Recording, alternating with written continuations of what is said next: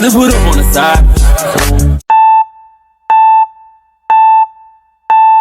Halo teman-teman, perkenalkan nama saya Raja Albi dengan NIM 122370026 dari program Studi Teknik Pertambangan Institut Teknologi Sumatera. Pada video kali ini, kita akan membahas topik menarik yang sangat penting di dunia tambang, yaitu investment valuation. Penasaran apa itu dan bagaimana caranya menilai investasi di industri tambang? Yuk simak penjelasannya.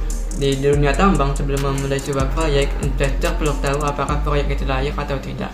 Disinilah investment valuation atau penilaian investasi berperan penting. Valuasi investasi membantu kita menilai apakah proyek tambang yang akan dijalankan bisa memberikan keuntungan yang diharapkan atau justru berisiko tinggi.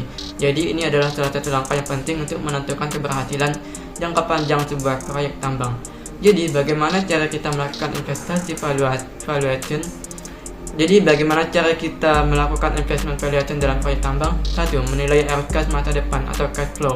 Langkah pertama dalam valuasi investasi adalah memperkirakan arus kas masa depan dari tambang tersebut. Ini melibatkan menghitung pendapatan dari hasil tambang, biaya operasi, dan biaya investment. Cash flow yang dihasilkan harus bisa membiayai semua pengeluaran serta memberikan keuntungan bagi investor.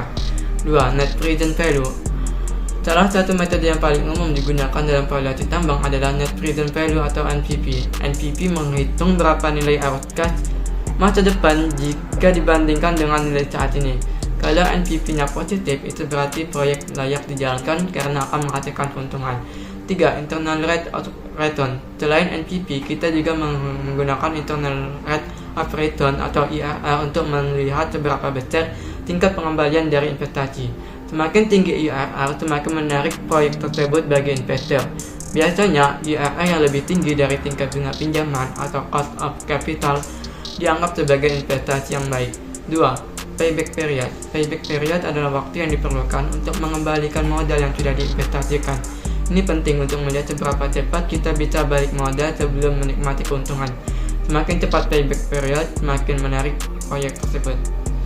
Jadi teman-teman, investment valuation sangat penting untuk menilai apakah sebuah proyek tambang layak dijalankan atau tidak.